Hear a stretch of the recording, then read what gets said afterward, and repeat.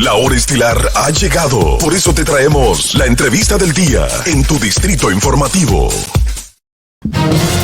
Gracias, señores, por seguir con nosotros en Distrito Informativo. Usted que nos escucha a través de la Roca 91.7 y las diferentes plataformas y las redes sociales de Distrito Informativo. Pues ya tenemos con nosotros en estudio nuestra entrevista del día. Interesantísima porque fue una persona con la que ya conversamos hace unas semanas, un tiempo larguito, pero pareciera que fuera hace poquito. Pues está con nosotros Aníbal Toruño, quien es periodista de Nicaragua. En ese momento hablamos de la situación de Nicaragua y nos prometió que venía a República Dominicana y lo tenemos con nosotros en estudio en Distrito Informativo. Muchísimas gracias por estar con nosotros. Bienvenido, Aníbal. Qué alegre, qué fresco, qué hermoso estar aquí entre ustedes y venir acá al canal, compartir primera vez en República Dominicana y esa...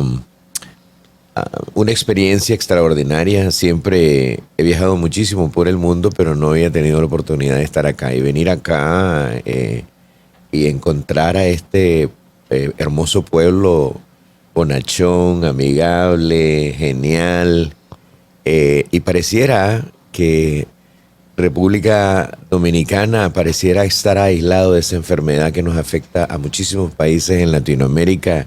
¿Cuál? Básicamente, la ruptura del orden constitucional en algunos países, la tendencia a una izquierda que parece no ser izquierda, que más bien parece ser disfrazada de otra cosa. Centroamérica vive un momento inmensamente difícil. Nicaragua está sumido en un arrebato total y completo a medios de comunicación, sociedad civil. Básicamente vivimos en una cárcel. Pero vemos también con preocupación lo que pasa en El Salvador, en Honduras, en Guatemala, en México. Por lo tanto, cuando vuelvo a ver y tengo el encanto dentro de mi alma y mi corazón de venir a un país en el que realmente está fuera de esa enfermedad que nos afecta a todos, que lamentablemente después de una pandemia nuestras naciones o el mundo pareciera no haber salido mejor. En todo caso, deberíamos de haber cambiado. Sí. Y tenemos enormes desafíos. Cuando usted menciona esto, y qué bueno que resalta lo que están viviendo estos países centroamericanos, hermanos, y el estado de excepción que está viviendo El Salvador, la situación que ustedes viven desde el punto de vista de los medios de comunicación, porque básicamente una ruptura de lo que es la democracia y la libre expresión, lo que se está viviendo allá desde los medios. Cuando ustedes se vieron al inicio de todo este proceso, ¿qué pensaban? ¿Cuáles son esas características que vieron, identificaron, que iba rompiendo con esa libertad que se tenía en Nicaragua? Bueno, el retorno de Daniel Ortega al poder en el 2007 fue una muy mala noticia para Nicaragua. Pues igual se disfrazó de cordero, etcétera, pero nosotros ya habíamos vivido los años 80 con Daniel Ortega. Esa misma persona que luchó contra Somoza, el guerrillero, que luchó por libertades y que se expresó, que estuvo preso político, que fue torturado, hoy se convierte en dictador. Y esta misma persona tiene 40 años de estar dándole guerra a Nicaragua. Se llevó mi generación, se está llevando la generación de mis hijos, se llevó la de mi padre. Es decir, y el hecho que se haya ido del poder cuando doña Violeta llegó al poder, a ser presidenta, la primer presidenta en Nicaragua, lo que se había ido era Daniel Ortega. La dictadura quedó ahí, las raíces de la dictadura quedó ahí. La policía, el ejército, definitivamente nunca cambiaron lo suficiente como para poder garantizar un país que se respetara la Constitución y en democracia. Él desmontó el sistema de Nicaragua desde el 2007, desde el que llega. Es un programa, lo ejecutó, lo implementó y hoy nos tiene acá en un país que pareciera que va a ir o quiere ir más allá de Cuba, más bien nos vamos a parecer a una Corea del Norte. Más de una década. Precisamente de Nicaragua tenemos pocas informaciones en los medios de comunicación, no hay un acceso real de todo lo que está pasando. ¿Cuál es en estos momentos lo que están viviendo los medios de comunicación en Nicaragua? Usted es director de radio Darío, que no está desde Nicaragua, sino desde afuera, porque ya sabemos que han, digamos, castrado a los medios allá en el país, pero ¿qué exactamente está pasando con las diferentes plataformas y medios sociales en Nicaragua en términos de comunicación? 56 medios de comunicación cerrados, más de 140 periodistas en el exilio. 140. Más de 140 periodistas en el exilio. Tienen a los directores del diario La Prensa encarcelados, a Miguel Mendoza también, un chico genial que era comentarista, es comentarista deportivo, pero le encantaba opinar mucho en Twitter. Eso no le gustó a Ortega y lo tiene preso. Por sus comentarios en Twitter. Por sus comentarios en redes sociales. Y Miguel Mora, de 100% Noticias, que cumple su segunda larga condena. Una tragedia inmensa que vivimos. Más de 2.000 organizaciones de la sociedad civil están cerradas totalmente en Nicaragua. Las garantías constitucionales están suspendidas. Tenemos una gama de una telaraña de leyes que, por ejemplo, tienen que ver con libertad de expresión, que va y afecta no solamente a medios y periodistas, sino que nosotros tenemos la ley de ciberdelitos que va desde la cárcel, desde la multa hasta la cárcel. Hay una ley también de odio que tiene que ver con cadena perpetua para los que son acusados por eso. Él controla total y completamente a través del miedo y el terror a la población, a la ciudadanía, a las sociedades. Me imagino que fue algo que tuvo un inicio sutil y fue elevándose. Comenzó con, por ejemplo, una ley donde se restringía un poquito más la forma de expresión, la libertad de expresión de los periodistas. O en las redes. O en las redes, o fue todo junto que vino, de repente. No, fue un proceso. Es más, Nicaragua desmontó las instituciones a través de un proceso. La sociedad civil gritaba y el mundo no lo escuchaba. No lo veía, no lo entendía. Pero él tenía un programa y en su columna vertebral era la comunicación, el tema de los medios de comunicación. Los chantajeó, los compró. Comprando periodistas, voces. Comprando medios de comunicación. Okay. Es decir, él, antes de llegar a esta etapa, ya controlaba la gran mayoría de los medios de comunicación a través de la compra-adquisición. Acordate que tenían $500 millones del petróleo venezolano bajo una enorme corrupción, y él tuvo la capacidad de chantajear a través de la Dirección General de Ingresos, que es la que recoge o capta los recursos fiscales del gobierno, y se hizo básicamente antes de llegar acá, antes de llegar al 2018. Ya él tenía la mayoría de los canales de televisión, tenía muchísimas radios ya en manos de él, y era básicamente una franja de medios de comunicación independientes muy, muy pequeña. El Nuevo Diario ya había desaparecido. Entonces, que es el segundo diario de mayor circulación en Nicaragua, era parte, lo hizo, creo que yo, que lo viví, que lo entiendo, lo conocía y veía con sorprendido y hubiese querido que el mundo hubiese escuchado y haber escuchado no solamente el tema de los medios de comunicación independientes, sino que estaba desmontando la institucionalidad.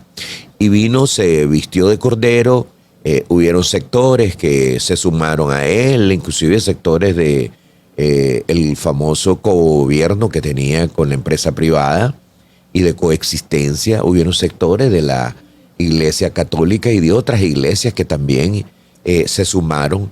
Yo entendía completamente lo que iba a pasar. Estábamos creando un monstruo inmenso que se repite, y lo puedes ver en Ucrania con Putin. El occidente se entrega básicamente económicamente a Putin. Bueno, nosotros nos entregamos económicamente y creamos un monstruo inmenso. Y todo lo que está pasando de Daniel Ortega, de las muertes, acusado de crímenes de lesa humanidad. A ¿Cuántas raíz de muertes que no- hay ahora mismo reportadas en Nicaragua? ¿Cuántas personas han sido víctimas de este régimen de Daniel Ortega? Hay más de 300 personas reportadas y asesinadas en el que participó el ejército, que fue el que facilitó las armas de guerras y los francotiradores para matar y asesinar. Y la Comisión Interamericana de Derechos Humanos, a través del GIEI, que fue el organismo, el equipo de expertos, a través de un convenio de la Comisión Interamericana de Derechos Humanos y Nicaragua, el gobierno de Nicaragua, procedieron a hacer una investigación que concluye que hay evidencias claras de crímenes de lesa humanidad. Lo que pasó en Nicaragua fue una tragedia inmensa y parece mentira y me parece difícil poder comprender cómo en el siglo que vivimos, en el presente siglo, podemos tener regímenes que puedan tener un formato dinástico y que pueda volverse a fundar. Y yo diría que un mal ejemplo para el mundo, para Centroamérica, para Latinoamérica. Tenés a Bukele, por favor, y reinterpreta y reescribe la Constitución y usa las acciones como meter preso. Hay más de 50,000 miembros de las maras en las cárceles y el mundo lo aplaude. Yo no necesito ni siquiera dudarlo por ningún momento. Hay gente que está preocupada que si Bukele se va a reelegir o no. Eso ya pasó.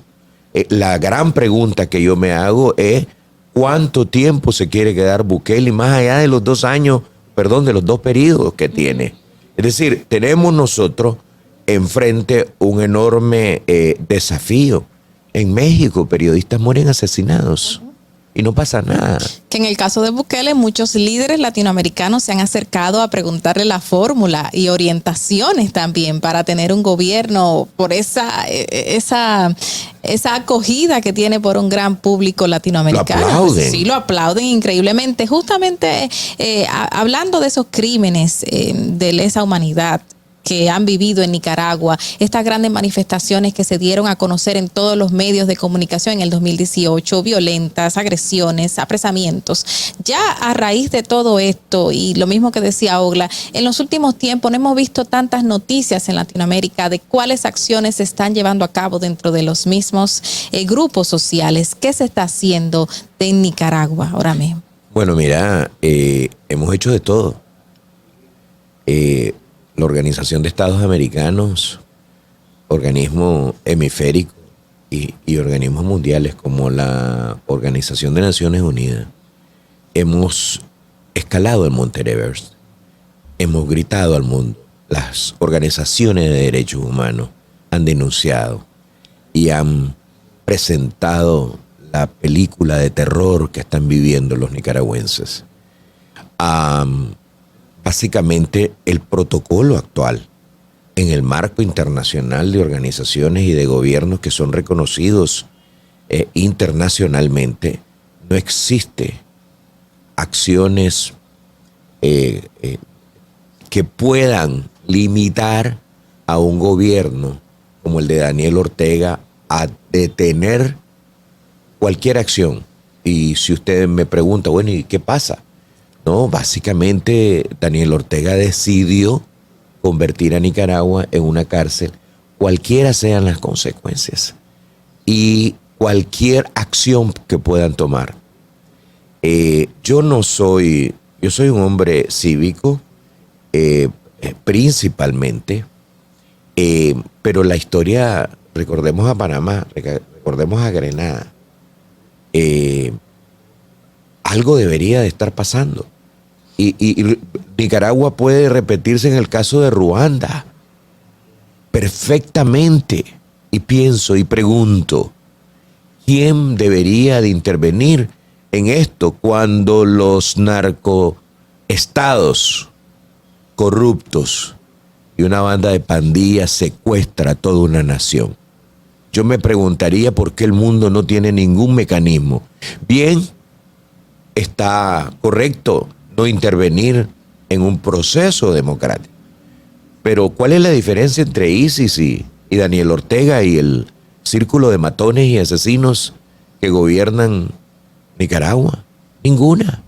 Al margen de los pronunciamientos que se han dado a nivel internacional, existen mecanismos que van desde, por ejemplo, sanciones, exclusiones de organismos. ¿Ustedes han hecho alguna propuesta específica a la comunidad internacional en ese orden para que se intensifiquen las sanciones? ¿Qué buscan ustedes? ¿Los exiliados han tenido acercamientos para que con estas presiones pueda caer el gobierno?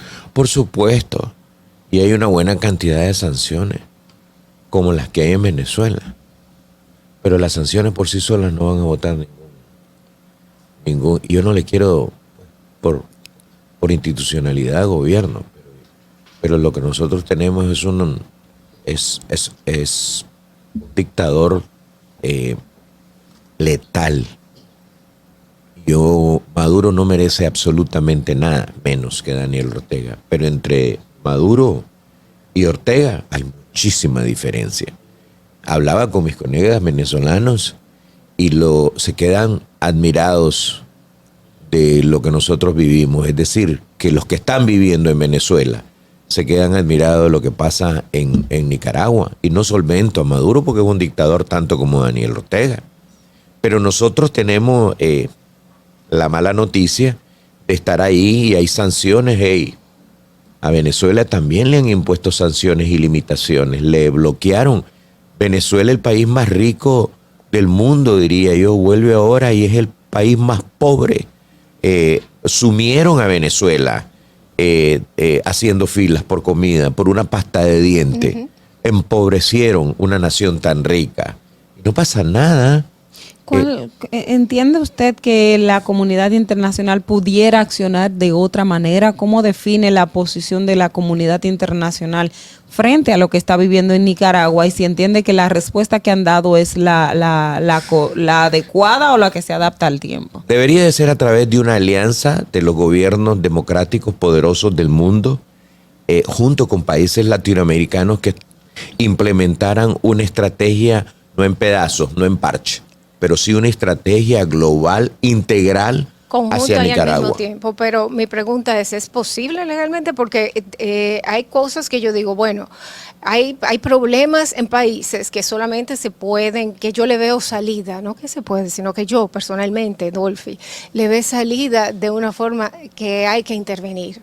Por ejemplo, la situación de Haití, yo no le veo salida porque Haití dentro de sí mismo el gobierno no tiene cómo defenderse contra las bandas, por ejemplo. En la situación de Nicaragua, desde dentro, no hay forma de defenderse y es legal, tiene alguna, dentro de la legalidad, ¿pueden las comunidades internacionales intervenir?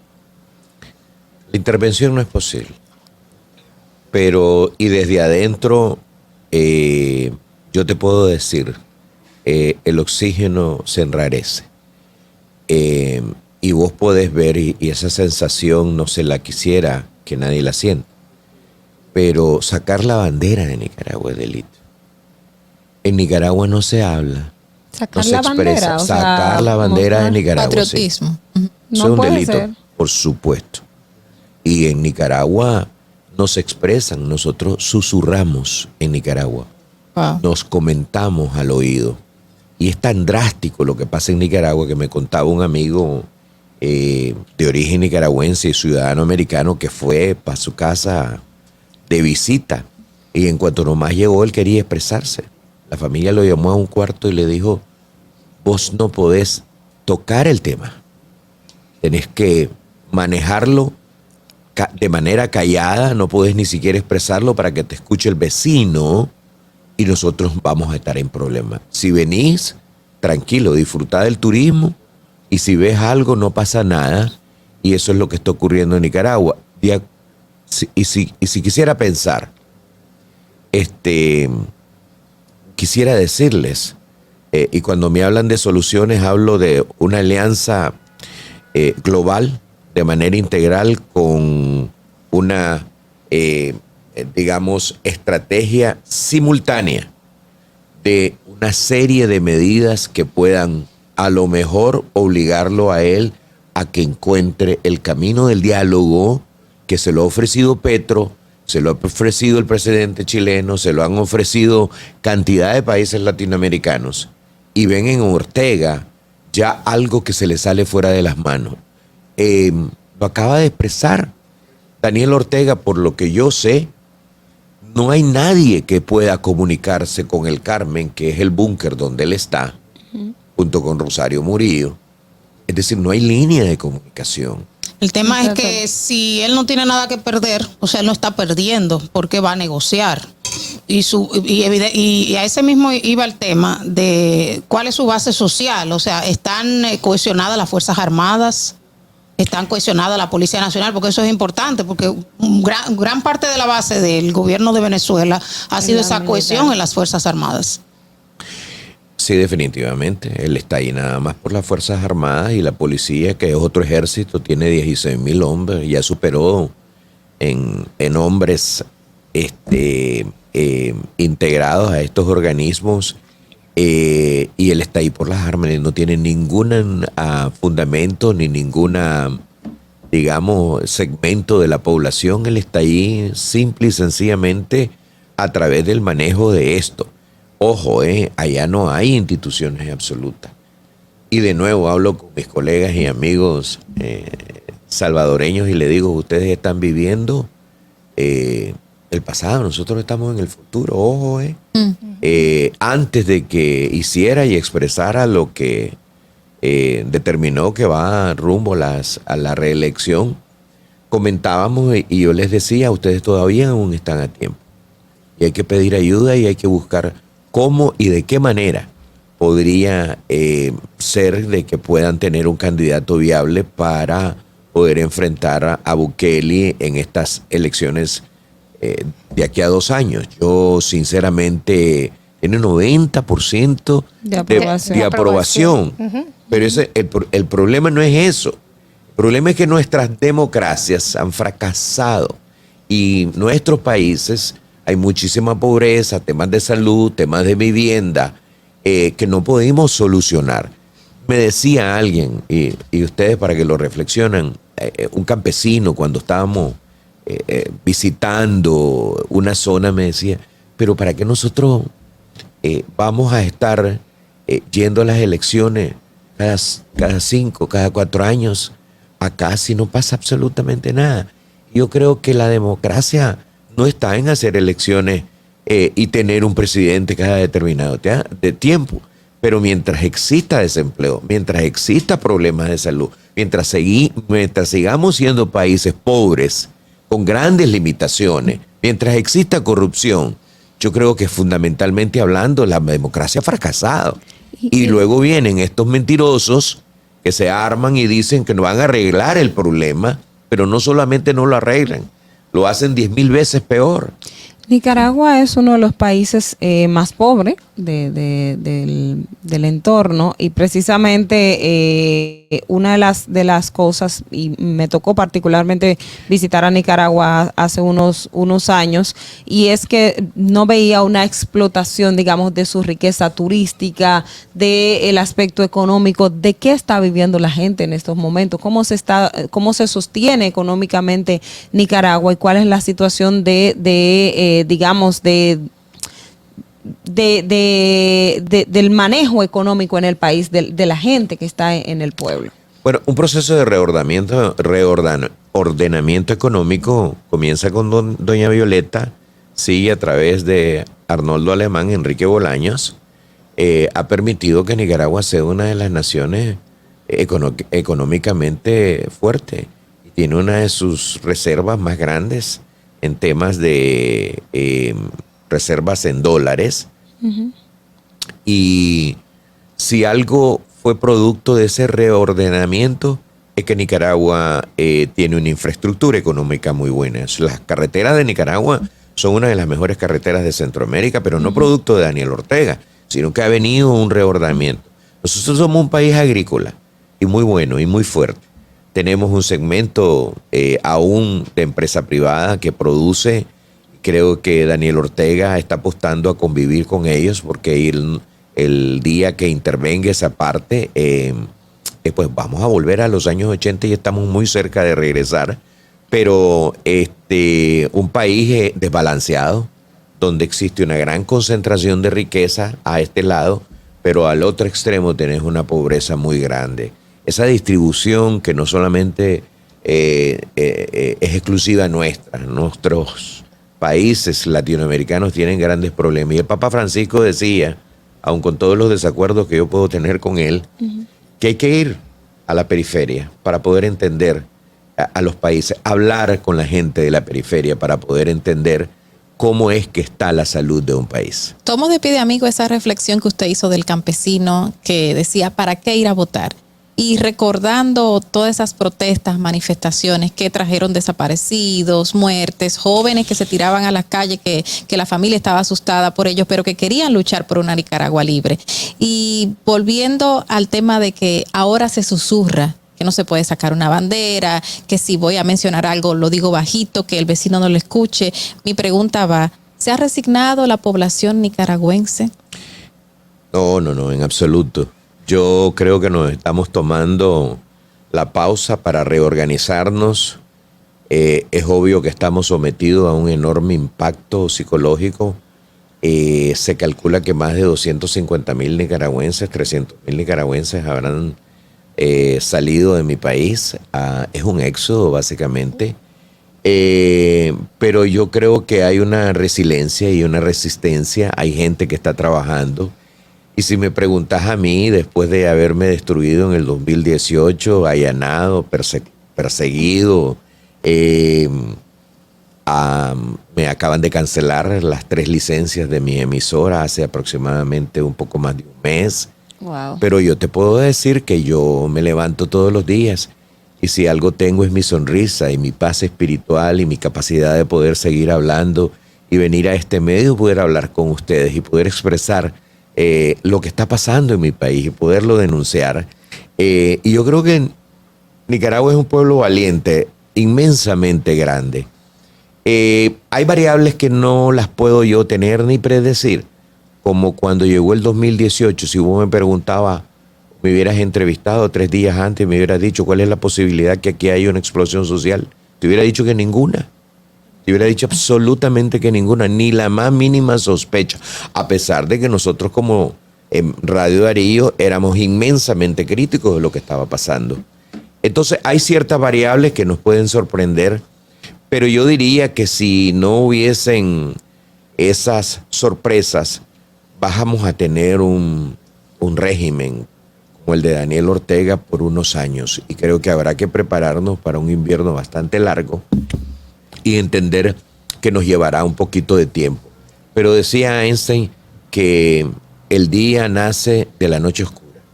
De la noche oscura. Así es. Pero también creo, y me quedo y voy a cerrar con este pensamiento, una noche nunca ha vencido un amanecer. Y nosotros los nicaragüenses tenemos fe y tenemos confianza y seguimos luchando. Tenemos ya que cerrar la entrevista, lamentablemente, pero a mí me gustaría que le dijera a los dominicanos que nos escuchan cuáles son las alertas que tienen que ver y también a la gente que nos ve internacionalmente en su país, las alertas que tienen que ver de que puede estarse acercando un sistema como este brevemente. Bueno, tiene un espejo entero en nosotros y somos similares. Somos bonachones, somos unas sociedades extraordinarias y hay que vernos en ese espejo. Y yo de nuevo regreso. Democracia no es ir cada determinado tiempo a elegir un presidente. Democracia significa que el que no tiene trabajo tenga trabajo, que el que no tiene salud tenga salud, que el que no tiene educación tenga educación. Eso significa. Y que la ganancia, que la riqueza de un país sea distribuida proporcionalmente a través del desarrollo de una nación, no impuesta, como que le quito al rico y le doy al pobre. Pero sí hay programas fiscales que pueden ayudar y apoyar. Dominicana, hermosa y linda como es, tiene un gran espejo con Nicaragua, con Venezuela. Hay que prevenir, hay que luchar desde ahora para que esa enfermedad de la que hablaba al inicio no les toque.